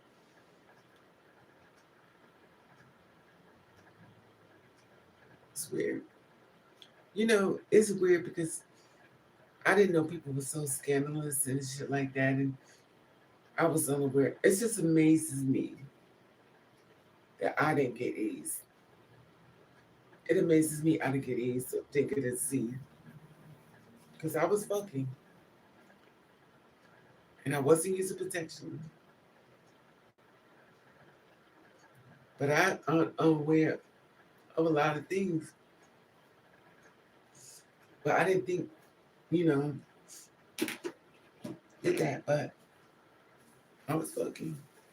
But that's lit. But I ain't get shit. And it's so weird because I think a lot of times when people who are sexually active, they be scared. But then there's so many people that just don't get it. Excuse me. Now, excuse me. Now remind you, there are some girls actually on this page that told me they're more at risk of catching something than she is. She already has the disease, but she don't feel like having sex with men without protection is a big deal. She's more concerned about herself than a person she's sleeping with unaware that she has the virus. Now, obviously, things have changed now, but she didn't understand what the big deal was. You have unprotected sex with a man that's unaware of your diagnosis. And we got to a big argument, and I was like, well, if you don't care about you to protect him, but we got into argument and stuff like that. But anyway, she said, I don't understand what's the problem. Okay. And that's what's so fucked up about it. Once upon a time, I wanted to get married. I don't want none of that shit now. I'm done. It's how could you have sex with somebody knowing you're sick and you feel like the victim and you're the one with it? What's up? Anyway, I think I'll talk. How long I've been on this damn thing? Almost 2 hours. You know, it's just a mind frame of people that's so fucked up.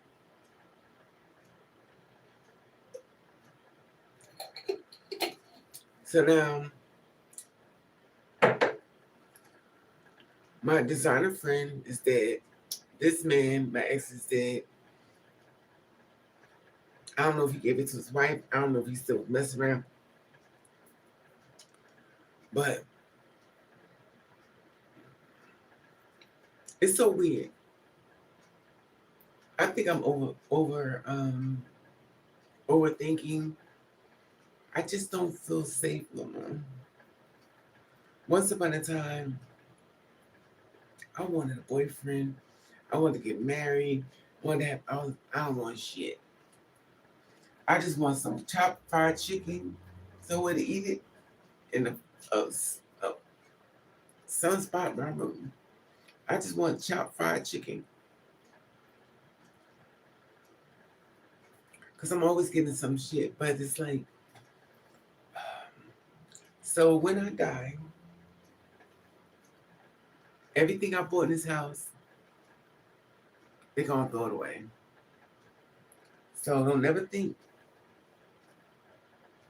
that you're gonna take it with you, because when you lay low and spread it wide, make sure you know the person you're sleeping with. There may be a possibility they're not gonna give a fuck that you did. They might be the one giving you holy hell. Well, I'm gonna end it there because obviously I done talked about shit that's bothered me, and I probably overshared, but I made sure I didn't say their names because the story is even longer. But you have to realize one thing: I have the bodies on my page. I have the children bodies on my page. I've got too much information. That's why I had a stroke. Because I couldn't accept the stuff I was finding out. So sometimes when things are so bad, you have to go away. If you're an empath, you can't take all this information in because it's going to kill you. You got to just say, you know what, I'm sorry, let me go. Because it wears on you. It wears on you. I didn't do one story. I have tons of stories, but anyway, I think I said I think I should overshare enough. And you know,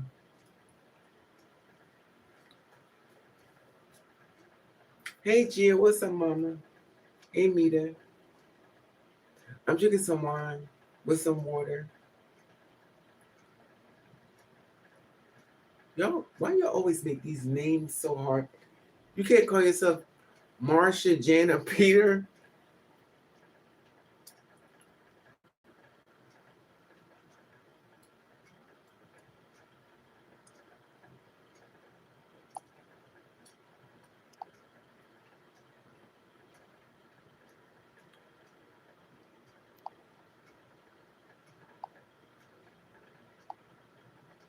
Okay.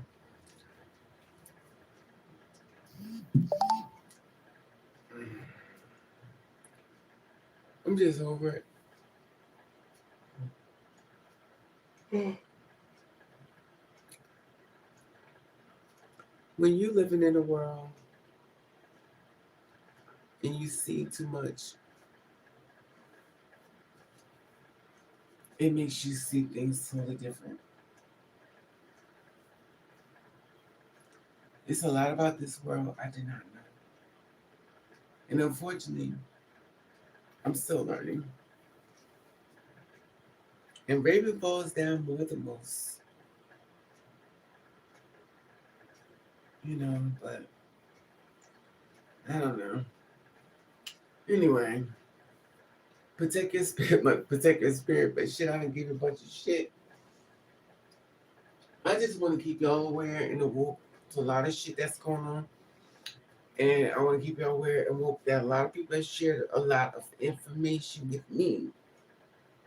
And I still haven't told you their names and stuff. But it just bothers me sometimes that the only thing you're asking for is love. And the only thing you get is dick.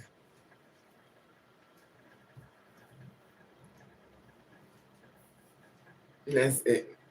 And then you dying and he is a person that wants you to even, you know. It just hits me differently. You know.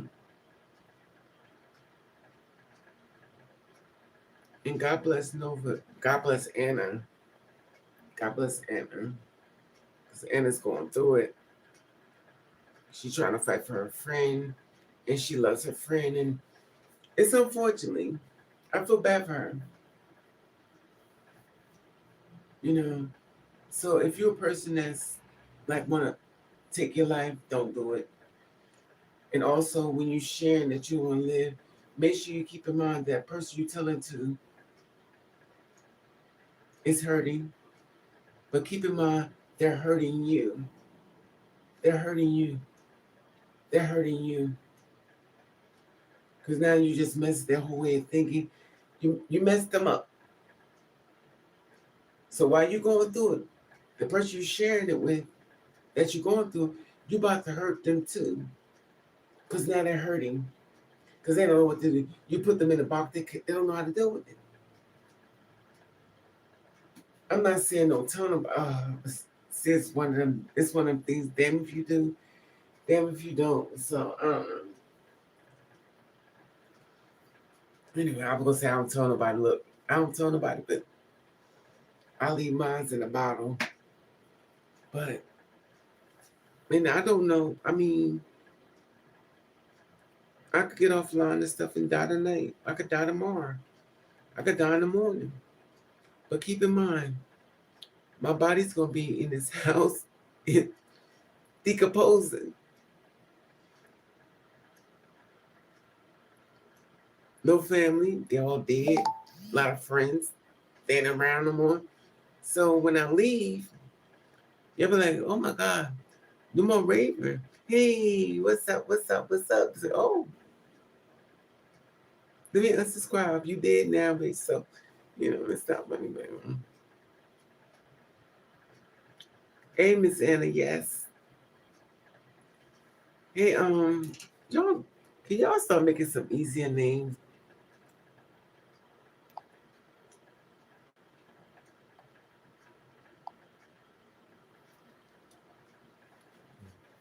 Yes, I definitely feel like I'm dying. I'm not gonna lie, I feel like I'm dying. But because I'm sick though, and it's cold ain't helping me.